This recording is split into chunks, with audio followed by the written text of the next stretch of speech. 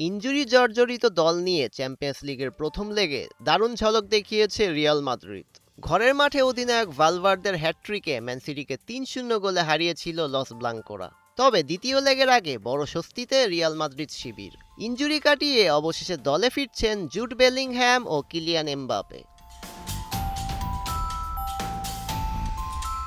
Coach Alvaro Arbeloa নিশ্চিত করেছেন দলের দুই তারকাই এখন দলের সঙ্গে ট্রেনিংয়ের জন্য প্রস্তুত। এমবাপে ম্যাচ খেলার জন্য প্রস্তুত থাকলেও বেলিংহ্যাম এখনও পুরোপুরি ম্যাচ ফিটনেস ফিরে পাওয়ার পথে। তবে তাদের উপস্থিতি দলে এনে দিয়েছে বাড়তি আত্মবিশ্বাস।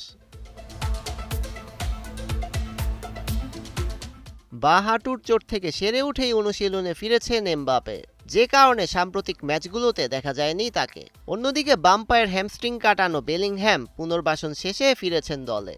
বিশেষ করে এমবাপের দলে ফেরা ব্রাহিমদের আক্রমণ ভাগে গতি ও বৈচিত্র্য যোগ করবে বলেই মনে করছেন কোচ।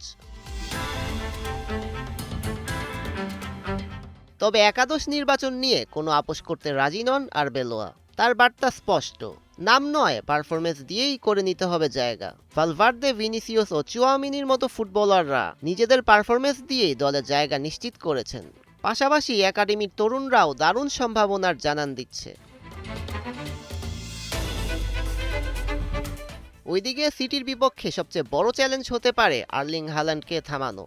বার্নাবুতে তাকে সফলভাবে নিয়ন্ত্রণে রাখা গেল, এবার অপেক্ষা করছে আরও কঠিন পরীক্ষা। কোচের বিশ্বাস, প্রথম লেগের মতো ডিফেন্স ধরে রাখতে পারলে আবারও আসতে পারে সাফল্য। সব মিলিয়ে মৌসুমের এই গুরুত্বপূর্ণ সময়ে শক্তিশালী স্কোয়াড নিয়ে আত্মবিশ্বাসী রিয়াল মাদ্রিদ। এখন দেখার বিষয় তারকা ফুটবলারদের এই প্রত্যাবর্তন মাঠের লড়াইয়ে কতটা পার্থক্য করে দেয়। সৈয়দ রেজন রহমান, ৭১।